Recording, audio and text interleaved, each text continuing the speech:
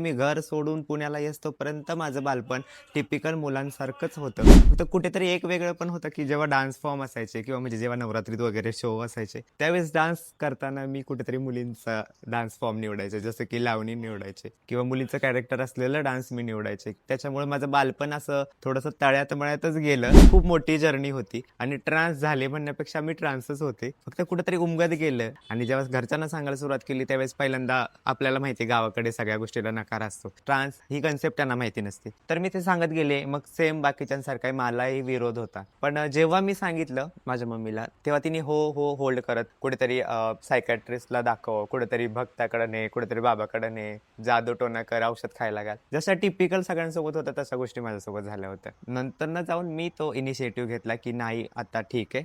मग मी कॉलेज सोडलं, घर सोडलं आणि मग मी स्वतःच्या प्रवासाला सुरुवात केली पुढे. आता तुम्ही पाहता की संस्था असतील किंवा प्रायव्हेट कंपनी सुद्धा असतील, काम देतात ट्रान्स लोकांना. दिसतं की आम्हाला ट्रान्स लोकं पाहिजे, पण त्यांना ट्रान्स लोकं फक्त सिक्युरिटी म्हणून किंवा हाऊसकीपिंग क्षेत्रामध्ये फक्त 2-3 ज्या फील्ड ज्या आहेत किंवा 2-3 जे क्षेत्र आहेत त्याच्यापुरतीच पाहिजे. उपजीविकेचं साधन आपण पाहतो की आउट ऑफ महाराष्ट्र रिझर्वेशन आहे. तिकडं आमच्या पोरी PSI म्हणून मंत्रीपर्यंत एकदम डॉक्टरपासनं प्रत्येक गव्हर्नमेंट स्ट्रॅटेजीला लेव्हलला काम करतात. पण आपल्या महाराष्ट्र सरकारने काय केले, देव बनून आम्हाला ठेवले, पण आम्हाला आमचे हक्क दिले नाही माणूस म्हणून. शिक्षणाची सोय केली, पण उपजीविकेच्या संधी किंवा नोकरीच्या संधी दिल्या नाही. त्याच्यामुळे नाईलाजाने त्यांना ते कामं करावं लागतात पोटं भरण्यासाठी. तर आमचं काम एवढंच की आपल्या कम्युनिटीमध्ये लोकांना ज्या गरजा आहेत, मेंटल हेल्थ इश्यू असतील किंवा HIV एड्स प्रिव्हेन्शनपर्यंत, तर आम्ही ह्या सगळ्या गोष्टींची अरेंज करतो की कुठेतरी आमच्या संस्थेकडनं ॲज अ कम्युनिटी मेंबर म्हणून त्यांना मदत व्हावी म्हणूनसाठी आम्ही काम करत असतो